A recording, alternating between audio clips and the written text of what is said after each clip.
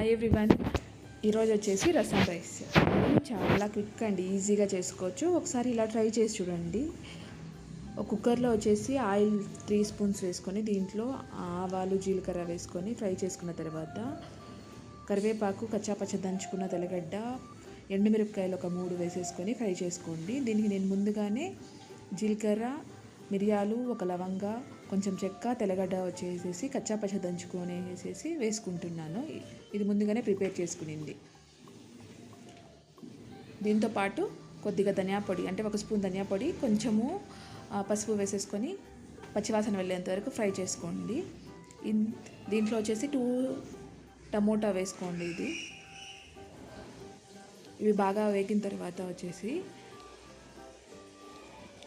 ఫస్టే నానబెట్టుకున్న 1 glass rice దాంతోపాటు 1 గ్లాస్ వచ్చేసి కందిపప్పు ఇవి వేసేసుకొని ఫ్రై చేసుకోండి. ఇవి బాగా ఫ్రై అయిన తర్వాత వచ్చేసేసి ఈ 2 గ్లాస్కి నేను వచ్చేసి 5 గ్లాస్ వాటర్ వేసుకోండి. దీనికి రుచికి సరిపడా వచ్చేసి ఉప్పు కొత్తిమీర దాంతోపాటు ఏమంటే ఒక చిన్న నిమ్మకాయ సైజ్ అంతా చింతపండు పులుపు వేసేసుకొని అంతే. ఇది చాలా సింపుల్గా అయిపోతుంది. Quick and easy recipe.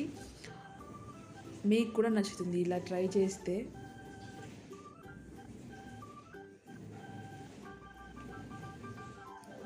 ఇది 4 విజిల్స్ వచ్చేంత వరకు వదిలినాను నేను. 4 విజిల్స్కి పప్పు ఉడికిపోతుంది, అన్నము ఉడుకుతుంది. చాలా టేస్ట్